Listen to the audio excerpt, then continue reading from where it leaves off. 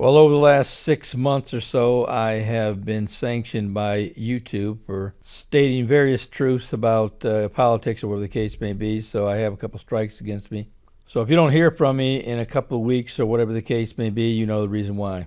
They've already warned me that I am in danger of at least a week and probably 2 weeks that I will not be able to download any videos until my violation has been served. So I guess we'll have to wait and see what happens. But this is just another example of big tech censorship, and it's possible that I may have to move to another site called Rumble. But I'll go ahead and I will try to continue on with my prophecy reports on YouTube as long as I can. Of course, the big news internationally is, of course, the Ukraine war, where, of course, President Vladimir Putin has declared a certain section of eastern Ukraine as his own. They've annexed it. But the Ukrainian troops keep continuing to take over areas in which President Putin has declared as Russian territory. So as you can see, this is probably nothing more than just a propaganda move by the Putin administration.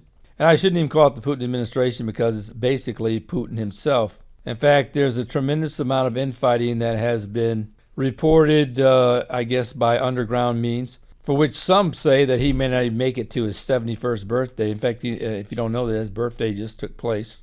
But things are getting very difficult and very dangerous for Vladimir Putin in Russia. But I'm sure many of you have heard, not only from Vladimir Putin himself, but also now from the President of the United States, who has stated that Vladimir Putin is not kidding, that he may use low-grade nuclear weapons in Ukraine against some of the bases or whatever the case may be.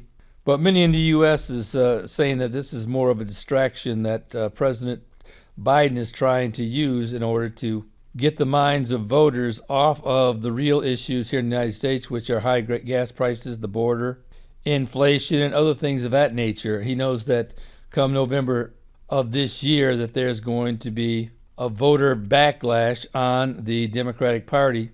And frankly, they have nothing to show for their several years of leadership, and frankly have run this country almost into the ground.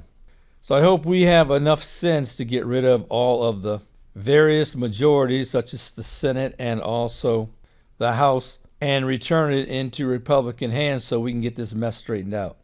And here's a bit of news that is something I believe is going to be a regular occurrence here in Israel. A UK Greek company called Energene has announced a new Israeli gas discovery that is estimated at 7 to 15 billion cubic meters. And one of the things you need to know is that Israel, all their new discoveries are new. They are fresh and they are loaded. And the reason why is because in the past, the Arab world would not allow companies such as Shell and BP and others, some of the major oil companies, to come into Israel and to try to drill and discover oil in Israel. And they basically blackmailed all of the oil companies, saying that if you try to discover oil in Israel, you would not be able to discover any more oil or work with us on known oil reserves that we already have here in the Arab world, if in fact you do partner with them. So for decades, no one has really spent much time trying to search for oil except for the smaller agencies. And just recently, they have found some rather large oil discoveries and natural gas as well. And it's believed that by the time it's all said and done, that Israel will become one of the biggest oil producers in the world, because it's believed that they still have a tremendous amount of oil and natural gas still yet unfound. And as we know, that is prophetic, because I do believe, and of course it's speculation, but this is the speculation for years that prophecy experts have been leaning on, and that is that one day that Russia would come down upon Israel along with their partners such as Turkey and Iran and other smaller factions and try to take Israel for a spoil. And we believe that the spoil will be this oil and natural gas possibility that's coming around in and around Israel. And these are the things that you should be keen upon. If I were you, I wouldn't get caught up in some of these conspiracy theories or these alien abduction type of theories that are floating around the internet and on Facebook and other places.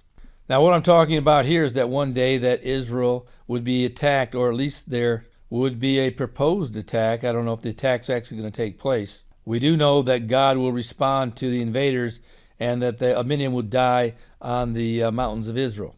But this is found in Ezekiel 38, and it goes right into Ezekiel 39. Talks about the devastation that would occur to this great army. And one of the other things that a lot of people overlook is that it says it'll take place during the last days, when Israel has come back from not being a nation to becoming a nation in one day. And I do believe we are living in that time that Israel has come back, and that we are living in the last days. Now, there's, of course, other things that you need to also follow. Now, many would try to say that, well, this Russian threat by Vladimir Putin, that he's about ready to turn this into a nuclear war, isn't necessarily biblical as far as Bible prophecy is concerned, but it may turn out to be in the years to come.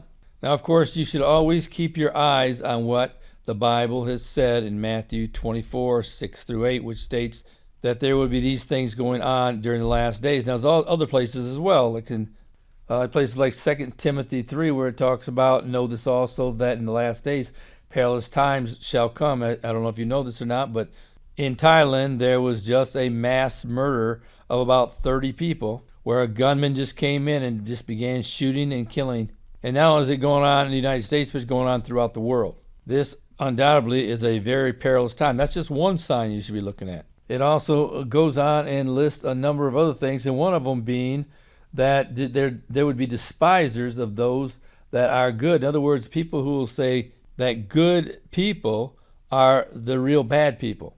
In other words, saying that good would be bad and bad would be good. And as I said, it talks a whole list. Of course, it gives the impression that this would be a very lawless time. And you can't just look at the United States and say, yeah, it's lawless. Of course it's lawless, but again, we're only 4% of the world's population. When you talk about Bible prophecy, you have to look at things on a worldwide perspective. And it seems like when I do listen to others in the world of Bible prophecy, they look at things through the lens of the United States. And that tells me right there that really what they're doing is they're trying to sell airtime or trying to get viewers, because most of Bible prophecy viewers are from the United States. But I would keep my eyes on what Jesus said in Matthew 24, 6 through 8, that in the last days, just before the tribulation period started, there would be some things going on. Number one, of course, pestilence. We know that's happening. In fact, I just read an article that now Ebola is becoming a big problem. Of course, number two, famine. There's been famines in the past, of course, but the reports that I'm getting is that we're about ready to hit a famine that's going to be a global famine. And it's said to be starting somewhere around the beginning of 2023. And if you get my Getter account, you know that every day almost I am reporting on one or two major earthquakes that take place. And they're always in different places. And lastly, of course, wars and rumors of wars. There have been various things that have happened over this last week, of course, with North Korea shooting missiles over Japan. Japan has had to tell their citizens to take cover. China and India continue to be at odds and really are at war ready. And right now we really don't know where Russia and Ukraine, what the status of their war is, whether or not it's going to escalate into something more than we've seen in over, say, 60 years. In fact, it's been stated that this is probably the most dangerous time since the Cuban Missile Crisis, which was back in the 60s. Now, I still hesitate to say that we are at the point of 1 Thessalonians 5, verse 3, where it says, "For when they shall say peace and safety, then sudden destruction cometh upon them, as travail upon a woman with child, and they shall not escape." Now, many would try to say, well, yeah, we're there because Russia is about ready to use nukes. I don't see that being the case. I frankly see the rapture taking place first, then the Antichrist coming on the scene. Now, we may be in the interim between the rapture and the tribulation period. There may come a time where they do say peace and safety, but most of the world is not to the point of this verse yet, I don't believe. But one thing's for sure, we can't take it lightly. And the one thing I would stress is this right here. Keep your eyes on the progression of these four critical signs that are simply that, signs to let you know how close you are to the beginning of the tribulation period, and we know that the rapture will take place before that. But one thing you should know is that this is most likely the converging of signs that God is trying to let everyone know, hey, listen, I'm about ready to do something special. And I don't mean a good special, I mean a bad special. And from this, I'm going to lead the world right into the 7-year tribulation period. I am going to cause a Messiah-type figure to rise up and to fool the world into worshiping him, if in fact they decide not to worship me. Because one thing the Bible is clear is that if you don't worship the Lord, you're going to worship Satan or some other god. But as far as the tribulation period is concerned, during that time, there'll only be one God besides the true God, and that is the Antichrist. Satan will make sure that he is worshiped during this time. But the Bible does say in 3 specific places that Christians will not worship the Antichrist. So that's my message for you tonight. I implore you to keep looking at these converging signs. It appears that something awful is about ready to happen either in the Middle East, which Israel, in fact, is about ready to get into a war with Hezbollah. And there are other warring factions that are going on that are smaller and living and getting less publicity than the Ukraine-Russian war. But nonetheless, they're out there. Now, one thing I want to leave you with this right here is that they probably won't get to the peace and safety part of prophecy until China gets involved, and that's when it's really going to get ugly. But at some point in, I believe, in the tribulation period, there is going to be a war. In fact, it's talked about that in Revelation chapter 6, starting in the 2nd seal, where it says that peace is taken from the earth. And by the time it ends, 1/4 of the world's population will die. And the world will be on the verge of starvation. And that's when the Antichrist is going to step in. I believe that the Antichrist will probably come out victorious on the other end of this war. And this will be a new world that he will then become sole ruler of. Now, how close are we to that point? Well, we may not be that far away. Now, I don't think that this is going to lead to that from this Russian-Ukraine war, but the 7-year peace accord that will be formed could possibly be a part of rectifying this war between Ukraine and Russia. And of course, what's going on in the Middle East. And in my opinion, there's probably going to be a number of things that are going to be rectified, including the Iran problem and the Houthi problem with Saudi Arabia. Well, we'll have to wait and see how big a part this peace accord, this future peace accord, is in solving these world problems. And if you want to get up-to-date news in Bible prophecy, you need to get on my Getter account, so I'd encourage you to do so. And also subscribe to this channel. If you'd like to make a donation, please do so. Go down to the description section of this video, and there will be a link to go to my PayPal account so that you can do that.